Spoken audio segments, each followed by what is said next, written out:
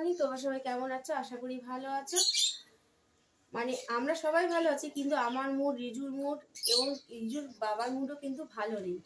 শারীরিকগতভাবে আমরা ভালো আছি, কিন্তু মানসিকভাবে কিন্তু একদম ভালো নেই। কেন ভালো নেই সেসব কথা পরে বলবো, এত সকাল সকাল বলতে চাচ্ছি না। রিজু এখনো ঘুম থেকে ওঠেনি, দেখো ও কিন্তু এখনো ঘুমাচ্ছে।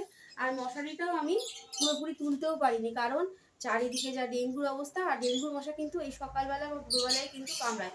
অবশ্য ভোর তো অনেকক্ষণই হয়ে গেছে, এখন 8টা বেজে গেছে আমার ঘড়িতে। দেখো ঘড়িতে কটা বাজে,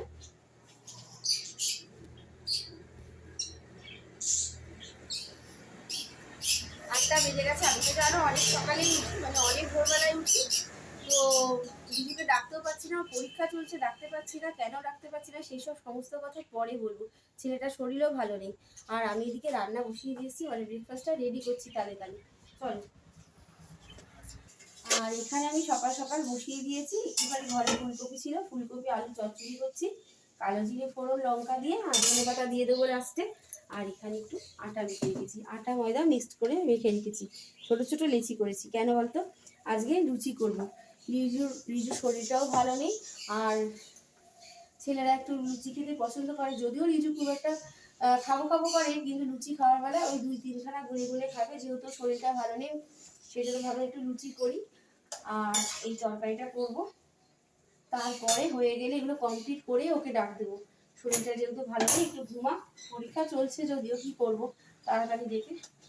আজকে পরীক্ষাটা নেই ওর, কালকে আবার পরীক্ষা আছে, সেই কারণে।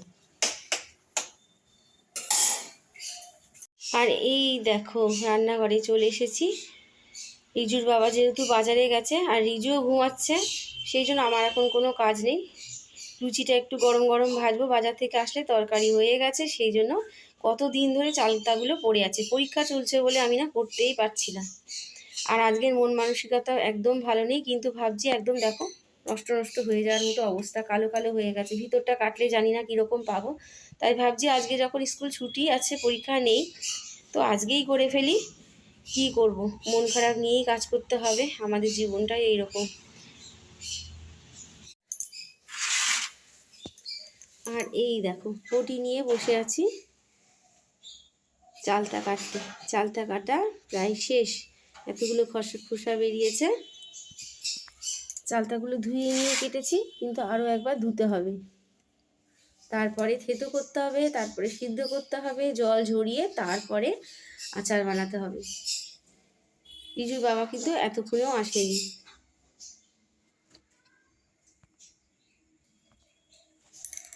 আর এই দেখো রিজুর বাবা আসেনি, সেই ফাঁকে তো আমি চালটা কেটে নিলাম। চালটা কেটেও দেখছি হাতে সময় আছে। আর রিজুর প্রচণ্ড কাশি হয়েছে, এই বাসক পাতাগুলো রিজুর বাবাকে দিয়ে আনিয়েছি একজনের বাড়ি থেকে। এগুলো না সাদা বাসক পাতা, আর একটা আমার বাড়িতে আছে লাল জলহাল।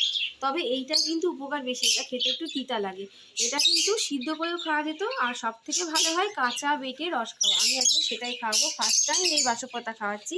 আমার বাড়িতে যেটা আছে লাল জল হয়, সেটাই খাওয়াই প্রত্যেকবার, কিন্তু এটাই বেশি উপকার বলে এটাই খাওয়াচ্ছি। এর মধ্যে একটুখানি মিষ্টি দেবো। আর যে কোনো জিনিস নতুন করলে না আমি আগে নিজে টেস্ট করি। এটা মধু দিয়ে দিলাম, এই দেখো মধু দিয়ে দিলাম 1 চামচ। আর এই বাসক পাতার সাথে আমি একটু তুলসী পাতাও বেটে নিয়েছি। এবার মিক্সড করে আমি আগে খাবো। যে কোনো নতুন জিনিসটা আমি আগে টেস্ট করি, যে সেটা মিষ্টি না তেতো, বা খেলে খেতে কোনো খারাপ লাগছে কিনা, তারপরে বাচ্চাকে দেওয়ার চেষ্টা করি। এই দেখো একটু তিতো আছে, কিন্তু খেতে খারাপ লাগছে না, না একদম মোটেই খারাপ লাগছে না। খারাপ লাগলে আমার মুখের রিয়াকশনটা দেখেই বুঝতে পারছে। এবার রিজু খাবে, রিজু খাচ্ছে এবার। রিজু কিন্তু খুব শরীর খারাপ, কাশি, তার সাথে প্রচণ্ড সর্দি, আর কাশিটা খুব বেশি, এই নিয়েই পরীক্ষা দিচ্ছে। তার মধ্যেই কি কাণ্ড হয়েছে সেটা তোমাদের পরে শেয়ার করব। এখন লুচিটা ভাজতে যাব, দিয়ে রিজুকে একটু বাদে খেতে দিয়ে দেবো। বাবা তোমার শরীরে কি বাবা এখন একটু কেমন আছে? পরে বলবা, পরে বলবে? আচ্ছা ঠিক আছে। তিতো না, খেতে খারাপ না তো? তাহলে খারাপ না, আমি তো খেলাম। একটু তিতো ভাব আছে, কিন্তু সেটা খাওয়া যায়। দেখো লুচি রেডি হয়ে গেছে, সাথে একটু বোঁদেও এনেছে রিজুর বাবা। ভেবেছিল বোধহয় রুটিই করবো, কিন্তু না, আজকে লুচিই করেছি। যাকে লুচি দিয়ে বোঁদে কিন্তু আরও বেশি ভালো লাগে। আর আমার একটা ফেভারিট তরকারি আমি করে নিয়েছি, একটু সামান্য ফুলকপি আলু দিয়ে ধনেপাতা দিয়ে তরকারি, এর সাথে কিন্তু লুচি দিয়ে দারুণ লাগবে। আর এগুলো এবার সবাইকে টেবিলে দিয়ে দেবো। আর আজকে কিন্তু আমি লুচির লোকটা ছাড়বো না, চিয়া সিড খাবো না, আজকে লুচিই খাবো। চল, আমার একদিকে ভাত হয়ে গেছে, ভাতের ফ্যানটা না আজকে রেখে দেবো, কারণ এই ফ্যানটা রেখে দেবো তার সাথে খোল দিয়ে পচাবো। আমাকে একজন বলেছে গাছ ভালো করার জন্য ফ্যানের সাথে খোল দিয়ে পচালে পরে না, সেটা যদি গাছে দিই গাছের গ্রোথ ভালো হয়, গাছগুলো ভালো ফুল বা ফল দেয়। এই জন্য মনেই থাকে না, তাই দুদিন ধরে এই গামলাটা না সামনেই রেখে দিচ্ছি, হাতের কাছে চোখের সামনে সব কিছু থাকলে না আমার মনে পড়ে যায় চট করে, না ভুলেই যায়, হাজারো কাজের মধ্যে অত মনে থাকে না। আর এখানে অল্প একটু মাংস নিয়ে এসছে রিজুর বাবা, সেই মাংসটাই রান্না হচ্ছে। আর এনেছে কাচকি মাছ, দেখো কাচকি মাছগুলো কেটে নিলাম, মাংস ধুয়ে নিলাম, মাংস বসিয়ে দিলাম। আর একটা ছোট্ট কড়াই আমি এখানে কাচকি মাছটা ভাজা বসিয়ে দিয়েছি। এই ছোট্ট কড়াইটা না আজকে বার করলাম, কারণ ভাবলাম এই কড়াইটার মধ্যে তরকারি আছে, তাহলে লুচিটা ভাজবো কী করে, ছোট্ট একটা কড়াই আছে, তাহলে তাতেই লুচিটা ভেজে নিই। আর তার মধ্যে অনেকটা তেল ছিল, তাহলে সেই তেলটাতেই আমি মাছটা ভেজে নিচ্ছি। আর একটু বেগুন ভাজাও কেটে নিয়েছে। আর এখন পাখির এই ছোলাগুলো না বেটে দেবো, 8 বাটা করে দিলে তারা খায়, গোটা গোটা না খেতে যাচ্ছে না। এক হাতে কত কাজ করতে হয়, আমার মন মানসিকতাটা যে ভালো নেই, তার মধ্যে দিয়ে কাজ করতে হচ্ছে, একদম ভালো লাগছে না কাজ করতে। আর মন মানসিকতা যদি ভালো না থাকে না, রান্নাটাও একটা শিল্প, সেই কাজটাও না পরিপূর্ণভাবে মন মতো হয় না। জানি না কেমন হবে আজকে রান্নাবান্নাগুলো, কিন্তু যাই হোক আমাকে তো রান্নাবান্না করে উদ্ধার করে উঠতে হবে, একদম ভালো লাগছে না। সাইডে যদি কেউ থাকতো বলতাম যে তাকেই আজকে রান্নাবান্নাটা করতে, ডাল ভাত হলেও করে দিতে সে, কিন্তু সেই উপায়টাও আমার নেই। এবার পাখিদের এক দফা খাবার দেওয়া হয়ে গেছে এক দফা, এবার এটা দ্বিতীয় দফার খাবারগুলো ব্যবস্থা করছি, সবজির সাথে ছোলা মিশিয়ে দেবো। ভাত বাড়তে চলে এসেছি, কারণ পুজো হয়ে গেছে, স্নান হয়ে গেছে, আর এই যে ডালটা না আর একবার গরম করে নিলাম, আর একটু বেগুন ভেজেছি, আলু সিদ্ধটা মাখবো আর মাংসটা বাড়বো। এই হচ্ছে আজকে রান্না বান্না। দারুণ খাবার, আমাদের কাছে তো দারুণ খাবার, এটা অনেক ভালো অনেক ভালো খাবার। মাংস হলে যদিও কিছু চাই না, তবে একটু ডাল করলাম, কারণ মাংসটা খুব কষা কষা হয়েছে, এই জন্য একটু ডাল আর বেগুন ভেজে নিলাম। আর আলু সিদ্ধ তো থাকবেই আমাদের, জানো ডাল হলে, তাহলে আলু সিদ্ধ মাখতে মাখতে ডাল আবার এদিকে ঠান্ডা হয়ে যাবে, তাহলে আলু সিদ্ধটা আগে মেখে নিই, তারপর সকলকে খেতে দিয়ে আসি। সেগুলো গুছালাম, যেগুলো ভিজে আছে সেগুলো ঘরে দিয়ে দিলাম, কারণ এখন শীতের বেলা তো, আর বাইরে দিলেও শোকাবে না, কারণ সেই জায়গাটা একদম রোদ আসে না। তারপর পাখিকে পেয়ারা কেটে দিলাম, টুকটাক আরও কী কাজ করলাম মনে পড়ছে না, টুকটাক কী কাজ করলাম জাগে। আর এখানে ওষুধ নিয়ে বসেছি, তোমাদের সাথে কথা বলতে বলতে ওষুধ খাওয়ানোর টাইম হয়ে গেলে রিজুকে ওষুধ খাবো, আনিকা ওষুধ নিয়ে বসেছি। আর যে সমস্যার কথা বলছি না, আজকে মনটা খুব খারাপ, মনটা খারাপ একটা সমস্যার কারণে মনটা খারাপ, তো মন খারাপ নিয়েই কাজকর্ম করতে হয়েছে। কী কারণে মন খারাপ কেন বলছি, মন খারাপের থেকে বেশি হচ্ছে টেনশন, খুব টেনশনে আছি। শুধু আমি না, আমি রিজুর বাবা, আমাদের বাড়ির সকলেই কিন্তু, তার দিদা দাদু ঠাকমা সকলেই টেনশনে আছে। আর আমার এই ঘটনা শোনার পর আশা করি তোমাদের মধ্যেও হয়তো একটু কিছুটা হলেও টেনশন ঢুকে যাবে, বা তোমরাও হয়তো কিছু কিছু টেনশন করো এই বিষয় নিয়ে। বলছি কেন, রিজুকে যে স্কুলে পড়াচ্ছি সেই স্কুল সংক্রান্ত কিছু কথা বলবো আজকে। আজকে একদম সংসারের বাইরে অনেক কথা বলবো তোমাদের, তাই রান্না করতে করতে না এই কথাগুলো শেয়ার করতে একদম ভালো লাগলো না, কারণ কাজ করতে করতে এই সব কথাগুলো বলবো, রান্নাও হবে না, মনও ভেঙে যাবে, তাই ভাবলাম ধীরে সুস্থে কাজ কমপ্লিট করে তারপর তোমাদের সামনে এসে কিছু কথা বলবো। রিজু প্রথমে যে স্কুলে পড়তো সেটা ছিল সেমি ইংলিশ মিডিয়াম, সেটা আমার বাড়ি থেকে অনেকটাই দূরে। আর আমার নানান সমস্যা, কারণ আমাকে এই সংসার ঠেকিয়ে সবাইকে দেখে শুনে, কারণ বৃদ্ধ শ্বশুর শাশুড়ি আছে অসুস্থ, তাদের দেখভাল করা সবটাই আছে, তো বুঝতেই পারছো অতটা বার যাতায়াত আমি করতে পারবো না, কারণ আমার নিজের শারীরিক অবস্থাও ভালো না, প্রচণ্ড কোমরে ব্যথা, পায়ে ব্যথা, হাঁটতে চলতে একদম পারি না, অল্পের উপর দিয়ে হাঁটা চলা করি। তো সেই অসুবিধার জন্যই ওকে আমি কাছের স্কুলে দিয়ে দিলাম, বাড়ির একদম কাছেই বলতে পারো, মিনিট 5-7 লাগে। তো সেখানে জাস্ট 2 মাস হলো ভর্তি হয়েছে সেই সময়। তো তখন একদিন ছেলের কি হয়েছে সেই ঘটনাটা বলি, ওটা দিয়ে শুরু করি। ঘটনা তো অনেক অনেক ঘটনায় ঘটেছে ছোট বড়, তো অত মাথায় নেই, আর ক্যামেরা বন্দিও আমি করিনি, কারণ তখন আমি ইউটিউব করতামও না। তো যে কটা মনে আসছে সে কটাই তোমাদের সাথে শেয়ার করছি, তোমরা সেগুলো শোনো। প্রথম 2 মাস যখন স্কুলে ভর্তি হয়েছে তখন খাখা গরমকাল, এপ্রিল মাস, তখন ছেলের একদিন পটি পেয়েছে। পটি পেতেই পারে স্কুলে, স্কুলে পায়খানাও আছে, কিন্তু আমার ছেলে সেই পটিতে যাবে না। এক একটা বাচ্চার আছে না, বাড়ির পটি ছাড়া কোথাও করবো না, তো ওর সেই ব্যাপার হয়েছে। তো যা পটি পেয়েছে, বাড়িতে ফোন করেছে স্যার ম্যাডামরা যে ওর স্কুলের নাম হচ্ছে অর্ণব, তো অর্ণবের পটি পেয়েছে। তো আমি বলছি ঠিক আছে আপনারা রাখুন, আমি আসছি এক্ষুনি যথারীতি।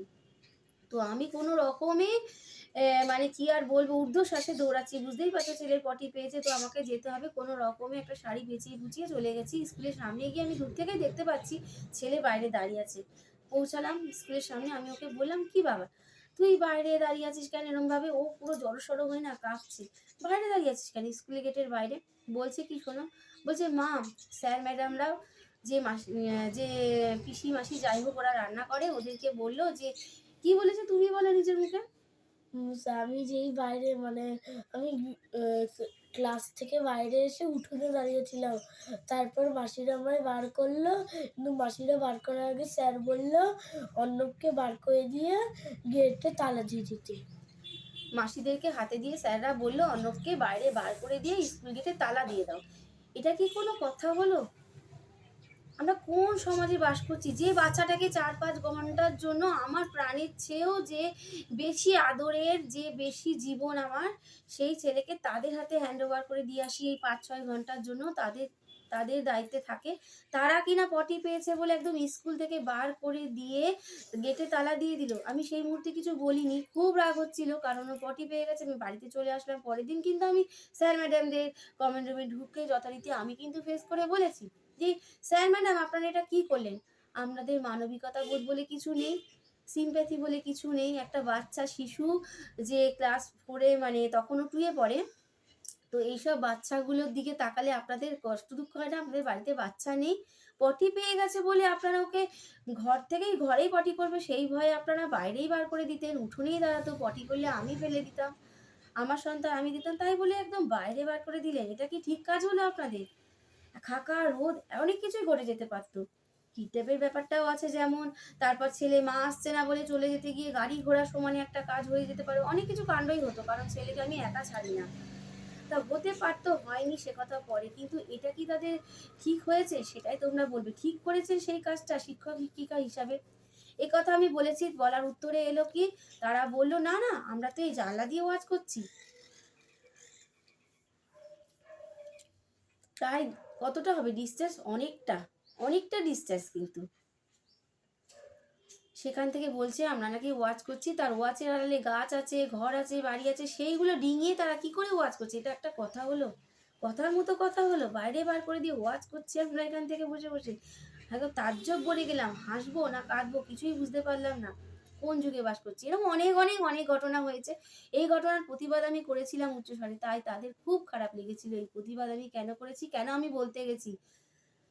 তারপরের ঘটনা একদিন হয়েছে, একদিন কি করেছে ম্যাডাম, ম্যাডাম কি করেছে, বাড়িতে এসছে, তখন আমি দেখি যে এখান থেকে পুরো চোখে এই তলা থেকে এতটা চেরার দাগ। আমি ওকে জিজ্ঞাসা করলাম পুরো পুরো ব্লেড দিয়ে, এতটা পুরো ব্লেড দিয়ে যেমন চেরা হয় সেরকম। আমি ভাবলাম বন্ধু টন্ধু কেউ করেছে কিনা, বলছে যে না, কারণ আমি প্রত্যেকদিন ওকে স্কুলে নিতে যাই। তো আমি ওকে জিজ্ঞাসা করলাম তখন, তখন বলছে যে না বন্ধুরা কেউ করেনি, ম্যাডাম করেছে। না ম্যাডাম করেছে কেন, তুই কিছু অন্যায় করেছিস? বলছে না মা পড়া ধরেছিল, পড়াটা পারিনি। আচ্ছা, ম্যাডামের কাছে গেলাম, ম্যাডাম কি হয়েছে এরমভাবে এতটা চিড়ে দিয়েছেন চেরার দাগ? বলছে কই না তো, আমি তো চিড়িনি তো, আমি তো কিছু করিনি তো। বলছে আপনি কিছু করেননি? ছেলে সামনেই তো দাঁড়িয়ে আছে, মিথ্যে কথা বলছে বলুন তো, আপনি পুরো অস্বীকার করছেন। তখন বলছে হ্যাঁ করেছি। ও তো পড়া করেনি, পড়া পারেনি। মানে পড়া পারেনি বলে এত বড় একটা শাস্তি দিয়ে দিলেন, একটা পেন দিয়ে বাচ্চাকে চোখের তলা থেকে এতটা চেরার দাগ ছিঁড়ে দিলেন। কি বলবো, কিছু বলার নেই, কিছু বলার নেই। তো চলে আসলাম 2-1 কথা বলার পরে। এরকম অনেক অনেক কিছু সহ্য করেছি, কখনো বলেছি কখনো বলিনি, হজম করে গেছি যে থাক এই তো আর কটা দিন, স্কুল ক বছরই বা পড়বে, এইভাবে চলতে আছে চলতেই আছে। এক স্কুলে, এমনকি স্কুলে বন্ধু বান্ধবীদের গন্ডগোল হতেই পারে, বাচ্চা বাচ্চা গন্ডগোল করতেই পারে। আর ওকে আমি এই শিক্ষাই বাড়ি থেকে দিয়েছি, আমি আর ওর বাবা, যে ও ক্যারাটে যেহেতু শেখে, কারণ হাতের পাঞ্চের অনেক শক্তি অন্যদের অন্যদের তুলনায়, তো বুঝতেই পারছো যারা ক্যারাটে শেখে তাদের হাতের পাঞ্জা কিন্তু শক্তপোক্ত হয়, সেই কারণে ও কিন্তু কাউকে কিন্তু মারে না। আমি বলেছি কাউকে মারবে না, যা হবে স্কুলের গন্ডগোল সব অভিযোগ গিয়ে ম্যাডাম স্যারদের তুমি জানাবে, তারপর তারা যা ডিসিশন নেবে বলবে বা আমাকে বলবে। তো ও সেটাই করে, কিন্তু আখেরই কোনো লাভ হয় না। ম্যাডাম স্যাররা ওকেই বকাবকি করে, ওকেই মেরে ভাগিয়ে দেয়, ধমক দিয়ে পাঠিয়ে দেয়। আর তারপর সেটাকে যদি আমি বলি যে গুরুতর ঘটনা ঘটে গেছে, একদিন তো ঠেলা দিয়ে এক বান্ধবী ফেলেই দিল। ওদের ছেলে মেয়েদের স্কুল, তা বান্ধবী এমন ঠেলা দিয়েছে আর একটা বাজে ল্যাঙ্গুয়েজ ব্যবহার করেছে, তো ঠেলা দিয়ে ফেলে দেওয়াতে হাতটাকে ও মাথায় হাত দিয়ে ঠেকিয়ে নিয়েছে, তা নাহলে বেঞ্চের কোনায় লেগে ছেলের মাথায় একটা কিছু হয়ে যেত। সেটা আমি বলতে গেছি যে স্যার এটা কি করেছেন, আর এইসব ভাষা শিখছে বাচ্চারা, স্কুলে এসে কি শিখছে, শিক্ষা ব্যবস্থা কোথায় গেছে। উল্টে তো কি আর বলবো, পরের দিন আমাকে ডেকে বলছে যে ওনারা দল জোগাড় করেছে, কতগুলো বন্ধু বান্ধবী অন্যান্য ছাত্রছাত্রী জোগাড় করে ম্যাডামরা আমাকে ডাকছে, বলছে এই দেখুন না এইসব সাক্ষীগুলো আছে, তো এরা তো বলছে যে না না ওরা কিছু করেনি, আপনার ছেলেই এই কথাটা বলেছে, আপনার ছেলেই ঠেলে ফেলে দিয়েছে ওকে। সবটাই উল্টে গেল, এর ঘাড়ে দোষটা পড়ে গেল। অথচ যেদিন মানে ঘটনাটা হয়েছে সেই দিন কিন্তু ওর বন্ধু 2-4 জন সাক্ষী দিয়েছে, আমাকে বলেছে আন্টি অর্ণবকে কিন্তু এরকম ধাক্কা দিয়েছে, ওর মাথায় লাগতো, এইসব বাজে বাজে কথা বলেছে। সেগুলোর কোনো প্রমাণই রইলো না, কিছুই হলো না। উল্টে পরের দিন আমাকে ডেকে কমন রুমে অনেক ছাত্রছাত্রী জোগাড় করে এইসব কথাগুলো বললো। তাহলে কোথায় বাস করছি, কোন ভরসায় স্কুলে পাঠাবো বলতে পারো? তোমাদের ঘরে তো কম বেশি সকলের ঘরেই ছোট বাচ্চা আছে, বা যেসব বাচ্চারা বড় হয়ে গেছে তারা কি এরকম কখনো ফেস করেছো? বা ছোটখাটো বাচ্চা নাতি নিশ্চয়ই আছে। খুব সাবধান, স্কুলে পাঠাতে কিন্তু সত্যিই খুব টেনশন হয়, ও স্কুলে যেতে চায় না, কিন্তু আমি টেনশন চেপে, আমি তো মা, আমি তো সবটা বুঝি, প্রকাশ করতে পারি না। আমি বলি ওকে না বাবু স্কুলে তো যেতে হবে, অত কামাই করা যায় না, মাঝে সাঝে কামাই দিয়েও ফেলে, কিন্তু সত্যিই খুব টেনশনে থাকি, ভয়ে থাকি স্কুলে পাঠাতে, একটা আতঙ্ক হয়ে গেছে যে স্কুলে পাঠাবো আবার কি ঘটনা ঘটবে, ছেলে ঠিকঠাক আছে তো, এই ব্যাপার। আর একটা ভাইটাল ঘটনা আছে, সেটা অবশ্যই বলবো তোমাদের দ্বারা। ওকে ওষুধটা খাইয়ে নিই, খাই দিচ্ছি, খাওয়ার পরে আধ ঘন্টা হয়ে গেছে, এই জন্য ওষুধটা ওকে দিয়ে দিলাম। এবার যে ঘটনাটা রিসেন্ট হচ্ছে, পরীক্ষা চলছে, অ্যানুয়াল এক্সাম হচ্ছে, আর মাত্র 2 দিন বাকি আছে পরীক্ষা শেষ হতে, কারণ এই বছরই কিন্তু ও টিসি নিয়ে বেরিয়ে যাবে, অন্য স্কুলে ক্লাস 5-এ ভর্তি হবে। এটাই ওর শেষ বছর, আর মাত্র 2 দিন আছে। এই 2 দিনের মধ্যে ঘটনা ঘটে গেল সাংঘাতিক। আমি আর রাগ চাপতে পারলাম না, আর ধৈর্য ধরতে পারলাম না, ওনাদের সম্মান রক্ষা করতে আমি আর পারলাম না। ঘটনাটা হয়েছে কি, পরীক্ষা যথারীতি হয়ে গেছে, টিফিন পিরিয়ড, সবাই বসে খাবে বেঞ্চে, ওদের স্কুলে সেরকমভাবে একসাথে ছাত্রছাত্রীরা বসে খাবে সেরকম জায়গাও নেই, হুড়োহুড়ি করে টিফিন হয়েছে, সবাই গিয়ে বেঞ্চে দখল করে বসে পড়েছে, ও কিন্তু দৌড়ে গিয়ে বসে জায়গা মানে নিতে পারেনি, দাঁড়িয়ে আছে। এক স্যার এসছেন, সেই স্যার এসে ওকে বলছে তুই দাঁড়িয়ে আছিস কেন? বলছে স্যার আমি তো জায়গা পাইনি, আর বন্ধুরাও আমায় বসার জায়গা দিচ্ছে না। ও কিন্তু ঠেলাঠালি গুতোগুতি করতে পারে না, যে জোর করে বসে পড়বো কারোর ঘরে বা ইয়ে করবো, দাঁড়িয়ে আছে বোধায়ের মতো, বোকার মতো দাঁড়িয়ে আছে। ঠিক আছে দাঁড়িয়ে আছে, জায়গা পাইনি, স্যারের তখন কি উচিত ছিল? উচিত ছিল যে তুই জায়গা পাসনি, ওকে একটা জায়গা করে বসিয়ে দেওয়া, তাই তো? আমার তো মনে হয়, আমি যতটুকু শিক্ষিত বা আমি যেটুকু পড়াশোনা শিখেছি, তাতে আমার মনে হয় যে সেটাই করা উচিত ছিল।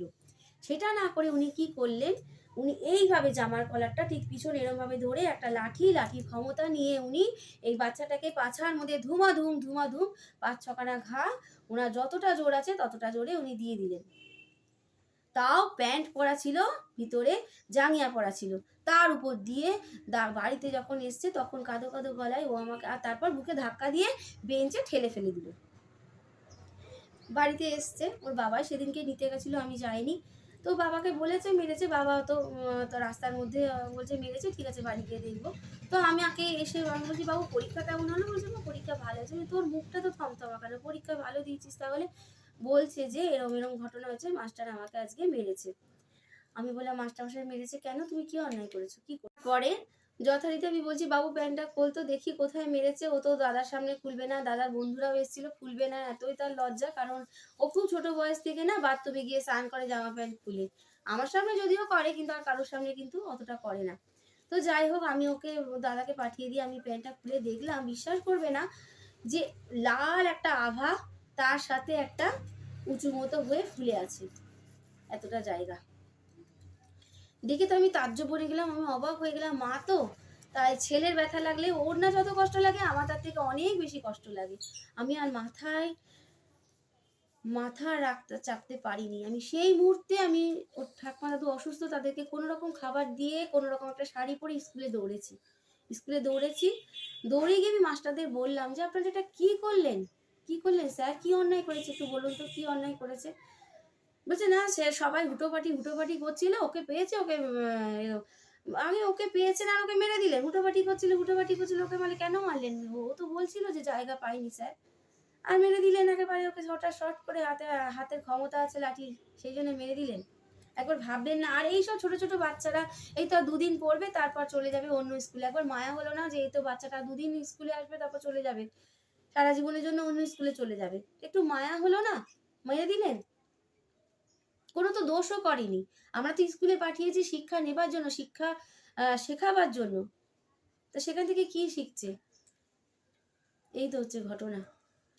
কিছুই বলতে পারলো না, উপরন্তু গার্জেনরা আমাকে দোষারোপ করছে এটাই বলেই যে তোমরা তো স্কুল থেকে চলে যাবে, তোমরা কেন মাস্টারকে এইসব কথাগুলো বলছো? মাস্টারকে একটু এরম বলাটা উচিত না, এরম ভাবে জোর গলায় কথাগুলো বলবো না মাস্টারকে। কারণ আমি বলেছি যে শোনো, আমার সন্তানের ব্যথা লেগেছে, সেটা আমারও ব্যথা।